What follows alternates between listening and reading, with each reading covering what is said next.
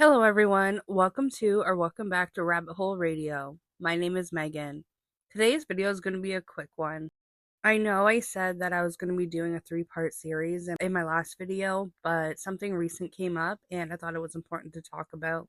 Recently, there's been a lot of noise about Destiny shutting down. I heard about it from a friend, saw the petitions, and realized with all the confusion, now is the perfect time to talk about the cost of a video game. Not just in dollars, but the massive human effort behind the scenes. As a fellow gamer, I completely understand the gut-wrenching feeling when a game you love reaches its end, even if it's just moving into maintenance mode. But to really understand what's happening at Bungie, we need to zoom out and look at the bigger picture of why studios make these difficult calls and what it actually means when a live world stops growing. When somebody buys a $70 game or more, they assume that money goes towards supporting the developers. People think they're funding the next expansion or keeping the studio alive. But in modern AAA gaming, that money usually isn't profit. It's debt repayment. Inside the industry, there's a financial structure developers quietly refer to as the waterfall. And once you understand it, a lot of modern gaming suddenly makes horrifying sense. Before the developers see a single dollar, the platform holders take their cut.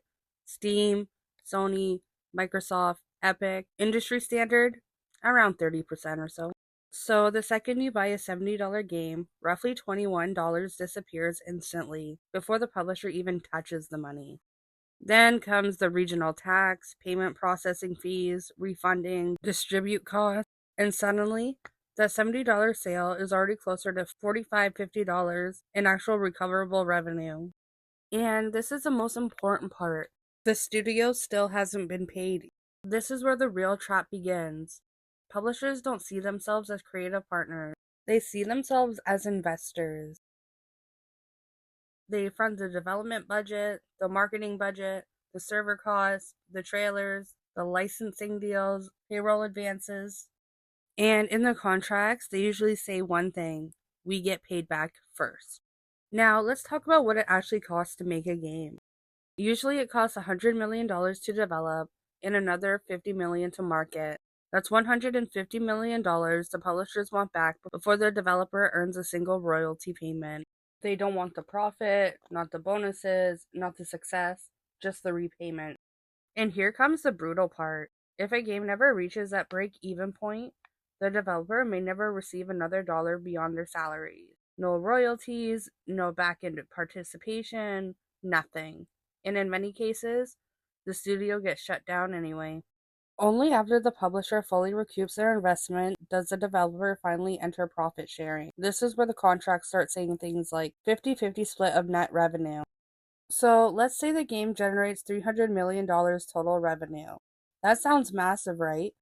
But let's take a look at where that money actually goes.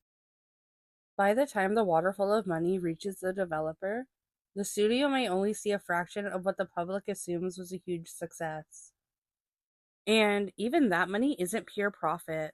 That has to fund the next project, employee salaries, studio rent, debt, technology upgrades, layoffs avoided during the pre-production, and years of operating costs before another game ships.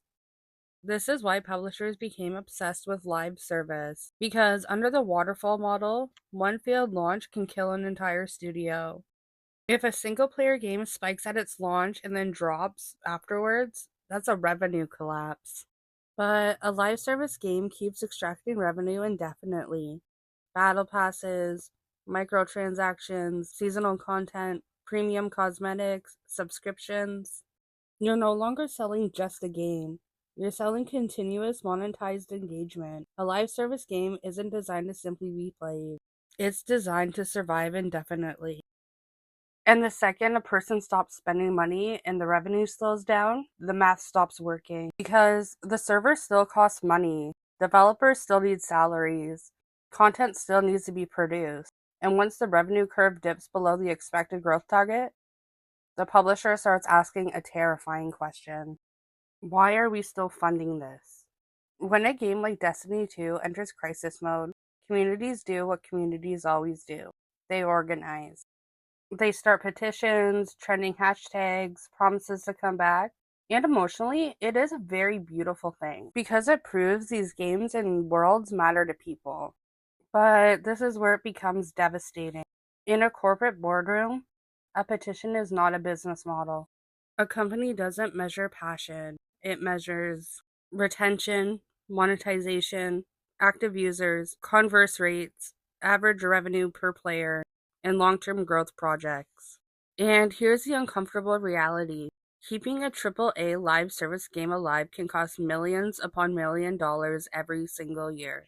Server infrastructure, support teams, licensing, security, QA, content pipelines, customer support, developers.